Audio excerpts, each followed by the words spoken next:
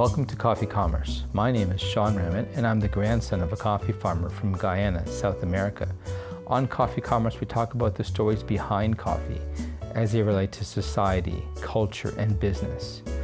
In our last episode, we discussed how coffee was mainly managed through the port of Mocha during the reign of the Ottoman Empire. Raw beans, or seeds, were tightly controlled. The first well-known story about the successful smuggling of coffee seeds out of Mocha was from an Indian Sufi monk, Baba Budan. On his way back from a pilgrimage at Mecca, he had a stopover in Mocha where he fell in love with coffee. So taken by coffee was Budan that he ended up successfully smuggling the beans and planted them in parts of India. This success, however, was more relevant to the British than to global coffee consumption. It would be several centuries before the export and business of coffee became a going concern for India. We've talked about the various nations that contributed to the popularity of coffee and how coffee had a role in influencing culture. We discussed the Ottomans, Belgians, French, the Italians, and the British. There's one more very important nation that had a significant role in coffee around the 1600s and whose impact remains to this date. It's the Dutch.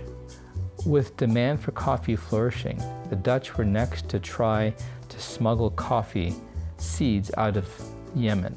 It would be the Dutch that would be the first to make inroads with coffee cultivation, expanding outside of Arabia. Dutch travelers and traders carried seeds to new lands, and coffee trees were planted across the globe. But this is not an overnight success story by any means. Around the mid-1600s, the Dutch would smuggle the coffee beans from Yemen and try to grow them back in the Netherlands. They did not, however, have a full appreciation for the ideal climate conditions. This was a failed attempt since Holland gets too cold for the coffee plant to flourish. The Dutch would put their coffee cultivation aspirations on hold for now, and they would continue with their importing of coffee from Yemen for the time being.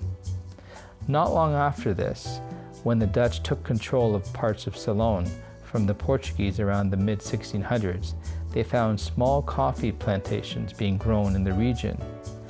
For some background, Ceylon would eventually become Sri Lanka.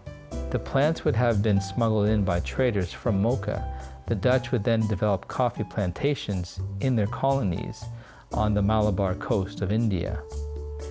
In the late 1690s, some friends in Ceylon sent coffee seedlings to the Dutch governor of Batavia in Indonesia, which was part of the Dutch East India Company. The coffee plant did flourish in Indonesia. Finally, the Dutch had their own solution for growing coffee, or so they thought. A natural disaster would hit the island and it would wipe out the coffee cultivation. Not deterred, more coffee seeds were planted. Again, natural disasters would wipe out the coffee plants. In fact, there were multiple attempts facing multiple natural disasters with multiple crop failures, with no success. Then in 1704, more seedlings were planted and coffee from Indonesia became a staple. Learning their lessons of the past, the Dutch had cultivated coffee in Indonesia. Batavia, by the way, would eventually be known as Java. Coffee cultivation would eventually spread to other neighboring islands, including Sumatra and Sulawesi. This expansion would dramatically increase the coffee growing capacity of Indonesia. Today, Java has become synonymous with coffee. The term Mocha Java is a connection between the seeds from Mocha, Yemen that were grown in Java. Hence, Mocha Java became a common labeling for coffee.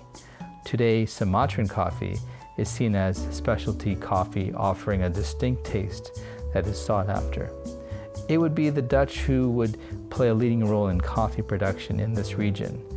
If you recall, we started this journey by exploring how coffee had helped fuel the American Civil War. Where was the coffee imported from? Which nation would play a role in importing coffee to America? That is another story, more than one story. for more than one cup of coffee. Thank you.